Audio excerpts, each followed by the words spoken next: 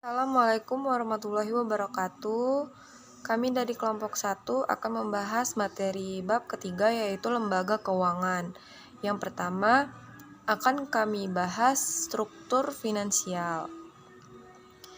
Pada hakikatnya, aktivitas pemenuhan dan penggunaan dana menyangkut keseimbangan finansial di dalam perusahaan, yakni keseimbangan antara aktiva dengan pasiva yang dibutuhkan beserta mencari susunan kualitatif dari aktiva dan pasiva tersebut dilakukan dengan sebaik-baiknya oleh perusahaan. Pemilihan susunan kualitatif dari aktiva akan menentukan struktur kekayaan perusahaan, sedangkan pemilihan susunan kualitatif dari pasiva akan menentukan struktur finansial atau struktur keuangan dan struktur modal perusahaan. Struktur finansial atau sering disebut struktur keuangan dapat diartikan sebagai cara bagaimana aktiva-aktiva perusahaan dibelanjai. Dengan demikian, struktur finansial tercermin pada keseluruhan pasiva dalam neraca. Struktur finansial mencerminkan pula perimbangan baik dalam artian absolut maupun relatif antara keseluruhan modal asing, baik jangka pendek maupun panjang, dan dengan modal sendiri. Ada lain, struktur keuangan sebagai cara bagaimana perusahaan membiayai aktivanya. Struktur dapat dilihat pada seluruh sisi kanan neraca yang terdiri dari hutang jangka pendek, hutang jangka panjang, dan modal pemegang saham. Dalam pengelolaan bidang keuangan, salah satu unsur yang perlu mendapat perhatian adalah sejauh mana perusahaan mampu memenuhi kebutuhan dana yang digunakan untuk beroperasi dan mengembangkan usahanya. Manajemen dihadapkan pada suatu keputusan penting dalam masalah pemenuhan kebutuhan dana dari berbagai macam sumber alternatif yang berasal dari dalam perusahaan dan dari luar perusahaan. Dalam kondisi tersebut, perusahaan dapat memenuhi kebutuhan dananya dari dalam perusahaan, akan tetapi ada kalanya kebutuhan dana sudah semakin meningkat karena pertumbuhan perusahaan sehingga menyebabkan perusahaan harus menggunakan dana yang berasal dari luar perusahaan, yaitu berupa hutang maupun ekuitas. Apabila perusahaan mengutamakan pemenuhan kebutuhan dananya dengan menggunakan hutang saja, maka ketergantungan perusahaan pada pihak luar akan semakin besar dan risiko keuangan perusahaan akan semakin meningkat. Dalam upaya pemenuhan kebutuhan dana, perusahaan dituntut untuk menetapkan suatu keseimbangan finansial antara aktiva dan pasiva yang dibutuhkan. Perimbangan dalam aktiva, baik secara absolut maupun relatif, akan tampak pada struktur kekayaan. Sedangkan perimbangan dalam pasiva, baik secara absolut maupun relatif, akan tercermin pada struktur finansial. Perusahaan dituntut untuk mempertimbangkan dan menganalisis kombinasi sumber-sumber dana yang ekonomis guna membelanjai kebutuhan investasi serta kegiatan usahanya dalam melakukan keputusan pendanaan. Untuk itu, dalam penetapan struktur keuangan, perusahaan perlu mempertimbangkan berbagai variabel yang mempengaruhinya. Ada beberapa faktor atau variabel yang mempengaruhi struktur keuangan, yaitu pertumbuhan penjualan, stabilitas penjualan, struktur saingan, struktur aktiva, sikap manajemen, dan sikap pemberi pinjaman. Materi selanjutnya yaitu krisis finansial atau krisis ekonomi. Krisis finansial adalah keadaan di mana perekonomian suatu negara mengalami penurunan secara drastis. Secara umum, negara yang menghadapi keadaan tersebut akan mengalami penurunan PDB atau produk domestik bruto, anjloknya harga properti dan saham, serta naik turunnya harga karena inflasi. Kejadian ini memang sangat menakutkan, sebab akan ada banyak sekali pihak yang dirugikan jika sampai terjadi krisis ekonomi di suatu negara. Gejala yang muncul saat krisis ini biasanya diawali oleh penurunan belanja dari pemerintah. Lalu jumlah pengangguran melebihi 50% dari jumlah tenaga kerja. Selain itu pula, kenaikan harga pokok yang semakin meroket, penurunan konsumsi yang rendah, penurunan nilai tukar yang tidak terkontrol, dan penurunan pertumbuhan ekonomi yang drastis. Indonesia sendiri pernah mengalami masalah seperti ini. Penyebab terjadinya krisis ekonomi. Yang pertama, hutang negara yang berlebihan. Salah satu penyebab krisis ekonomi adalah karena beban negara sehingga tidak mampu membayarnya. Hal ini sama seperti halnya suatu perusahaan. Jika memiliki banyak hutang dan tidak mampu membayarnya, maka bisa dipastikan perusahaan tersebut akan bangkrut. Lalu yang kedua, laju inflasi yang tinggi. Inflasi merupakan sebuah peristiwa di mana harga barang dan jasa mengalami kenaikan dalam waktu yang panjang. Sebenarnya inflasi tidak selalu menjadi yang negatif. Pelanggan pada tinggi rendah tingkat inflasi saat ini, akan tetapi jika inflasi terjadi dalam waktu yang lama serta mengalami laju yang tinggi, hal ini dapat mengakibatkan nilai uang turun dan membuat perekonomian di suatu negara semakin memburuk. Yang ketiga, pertumbuhan ekonomi yang macet.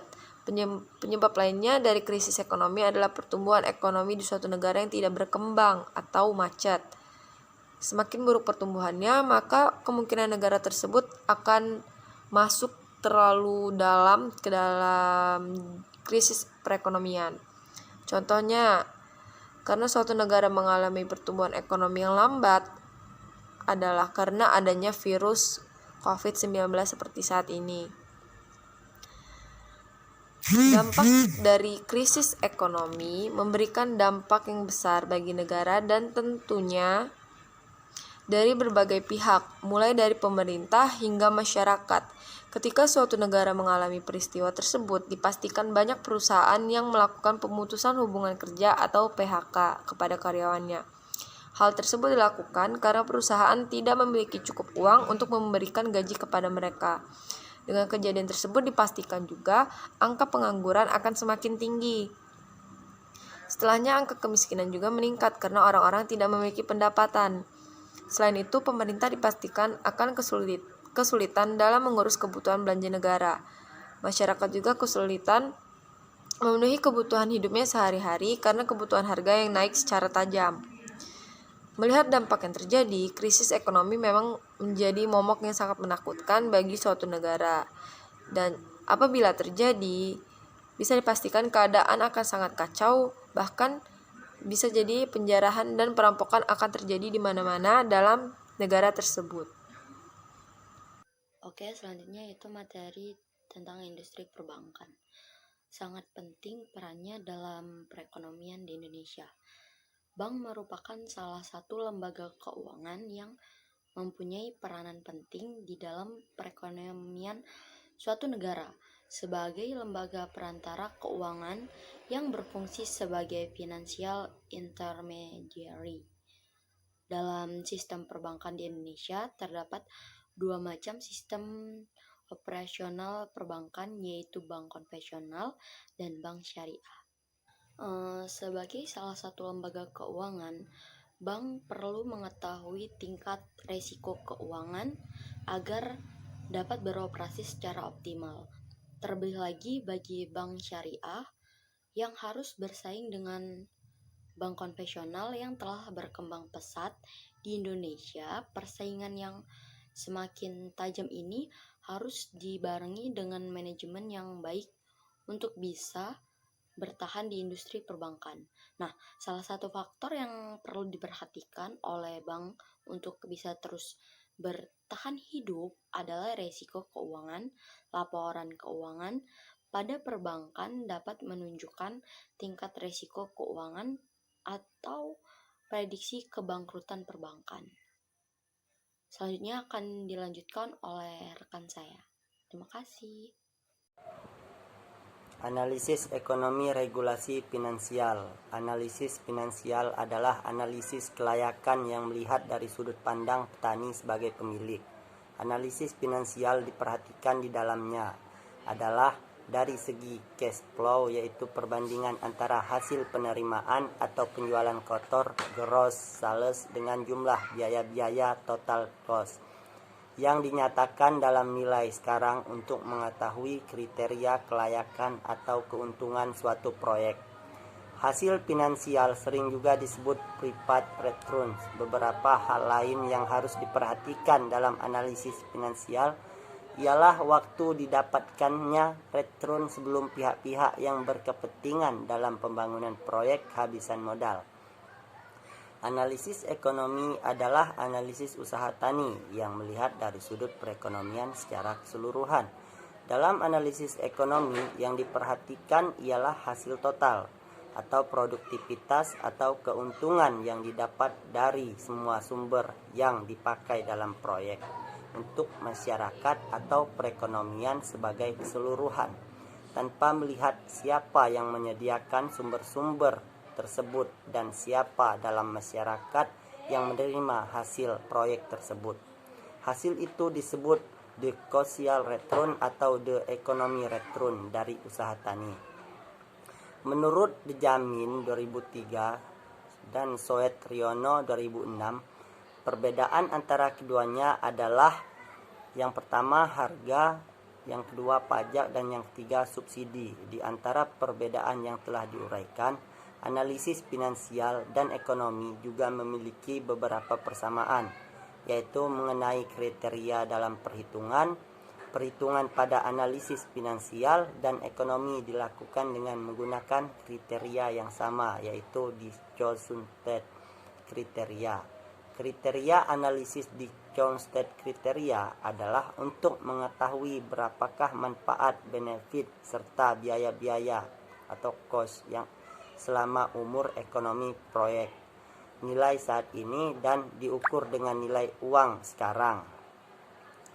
Mungkin hanya itu presentasi dari kelompok kami. Saya akhiri, wabillahi taufiq wal hidayah. Wassalamualaikum warahmatullahi wabarakatuh.